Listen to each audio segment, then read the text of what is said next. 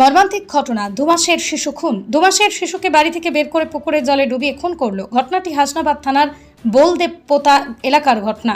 মৃত শিশুর নাম ফিজা মণ্ডল, বয়স 2 মাস। বাড়িতে শিশুটি তার মা ও দাদু, তার ঠাকুমা, এই 4 জনই থাকে। কিন্তু গতকাল শিশুটির বাবা তাজউদ্দিন মণ্ডল বাড়িতে ছিল না। তিনি কর্মসূত্রে উড়িষ্যাতে আছেন। সন্ধ্যায় তার দাদু ও ঠাকুমা পাশে শিশুটির জেঠুর বাড়িতে গিয়েছিল। বাড়িতে শিশুটি এবং তার মা দুজনেই ছিলেন। বারান্দায় খাটে শিশুটিকে শুইয়ে তার মা বাথরুমে গিয়েছিল। বারান্দায় গেটে তালা না দেওয়া থাকলেও গেট বন্ধ করা ছিল। শিশুটির মা বাথরুম থেকে বেরিয়ে দেখে বারান্দার খাটে শিশুটি নেই, বারান্দার গেট খোলা।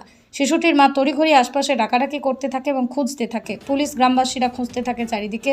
হঠাৎই পাশের পুকুরে টর্চের আলোয় দেখতে পায় শিশুটির অর্ধেক দেহ ভাসছে।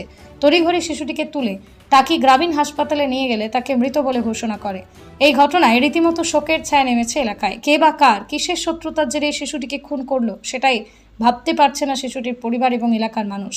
পরিবারের তরফ থেকে হাসনাবাদ থানায় পরিকল্পিতভাবে খুনের অভিযোগ দায়ের করা হয়েছে। হাসনাবাদ থানার পুলিশ পুরো বিষয়টি তদন্ত শুরু করেছে। অন্যদিকে শিশুটির আজ বসিরহাট জেলা হাসপাতালে ময়না তদন্তের পর তার পরিবারের হাতে তুলে দেওয়া হবে। ঘটনায় এলাকায় একদিকে যেমন শোকের ছায়া নেমেছে, অন্যদিকে একটি 2 মাসের শিশুকে এইভাবে খুন করায় এলাকার মানুষ স্তম্ভিত। কি ঘটেছিল?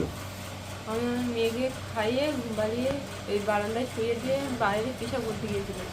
ফোনে কথা বলতে বলতে আর এসে দরজা বন্ধ ছিল, এসে দেখি দরজা খোলা আর আমার মেয়ে নেই। আর আমার ভাসুররা ওই বারান্দায় বসেছিল। দরজা খোলা? হ্যাঁ, আমি বন্ধ করে রেখেছিলাম। আচ্ছা, তো এসে দেখলেন দরজা হ্যাঁ, তারপরে? আমার ভাসুরদের কাছে গিয়ে বলছি যে ও তোমরা কি এনেছো? বলছে না। তারপর থেকে খোঁজাখুঁজি শুরু হয়ে গেছে। আচ্ছা, তারপরে কোথায় পেলেন? তারপরে পুকুরে পড়েছিল।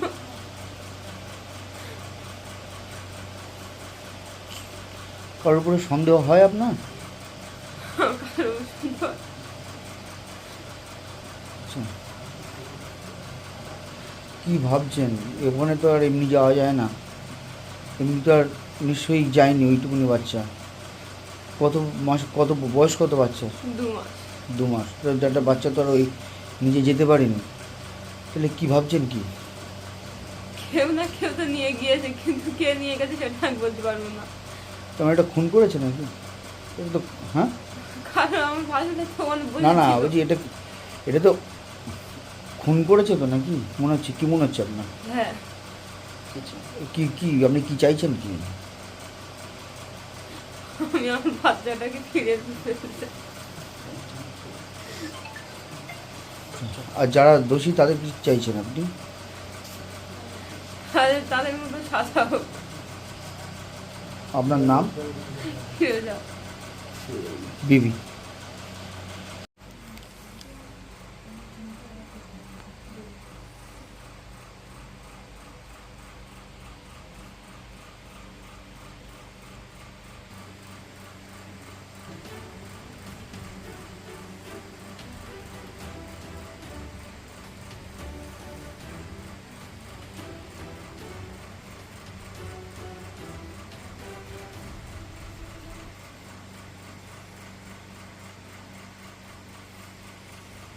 আমার বাড়ির পাশেই সন্ধ্যাবেলা আমি আমার দোকানদারি করছি, হঠাৎ আমার কাছে পাশের বাড়ির এক ভাইয়ের কাছ থেকে ফোন যায় যে আমার ছোটো ভাইয়ের ছোটো মেয়েটাকে খুঁজে পাওয়া যাচ্ছে না।